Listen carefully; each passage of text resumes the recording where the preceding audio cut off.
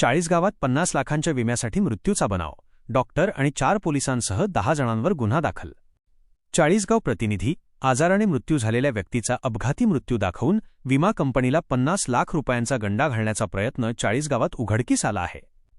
या खळबळजनक प्रकरणात मेहुणबारे पोलीस ठाण्यातील 4 पोलीस कर्मचारी, ग्रामीण रुग्णालयाचे तत्कालीन वैद्यकीय अधिकारी डॉक्टर मंदार करंबळेकर आणि मृताच्या नातेवाईकांसह 10 जणांविरुद्ध फसवणुकीचा गुन्हा दाखल करण्यात आला आहे. काय आहे संपूर्ण प्रकरण? मालेगाव येथील राजेंद्र शालिंदर जाधव यांचा प्रत्यक्षात 23 फेब्रुवारी 2024 रोजी यकृताच्या लिव्हर आजाराने मृत्यू झाला होता. मात्र त्यांचा 50 लाख रुपयांचा पर्सनल ॲक्सिडेंट इन्शुरन्स हडपण्यासाठी एक मोठी टोळी सक्रिय झाली. मृताची पत्नी सौ.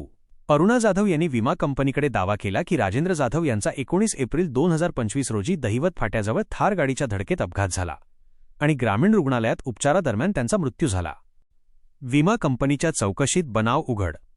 श्रीराम जनरल इन्शुरन्स कंपनीला या दाव्याबाबत संशय आल्याने त्यांनी ब्ल्यू स्पाय या तपास संस्थेची नियुक्ती केली. चौकशीत धक्कादायक तथ्ये समोर आली.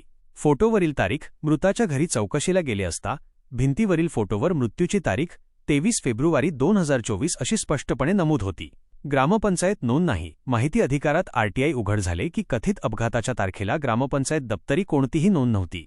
10 विमा कंपन्यांना टार्गेट केवळ एकच नव्हे तर अशा प्रकारे 10 वेगवेगळ्या कंपन्यांकडून विम्याचे पैसे उकळण्याचा हा कट होता.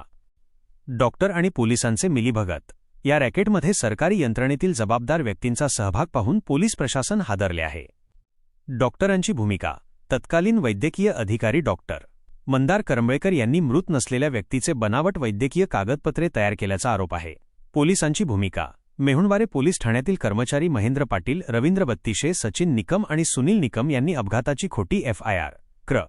86/2025 नोंदवून या गुन्ह्यात मदत केली. कायदेशीर कारवाई आणि अटक.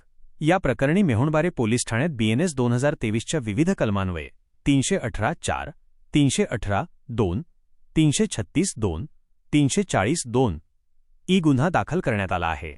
आरोपींना अटक करण्यात आली असून आज त्यांना न्यायालयात हजर केले जाणार आहे. या प्रकरणाचा पुढील तपास पाचोरा उपविभागीय पोलीस अधिकारी बापू रोहम करीत आहेत. दलालांचे रॅकेट रडारवर.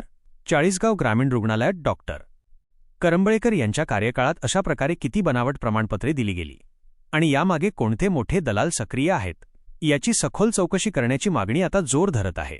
या प्रकरणामुळे संपूर्ण जिल्ह्यात खळबळ उडाली आहे.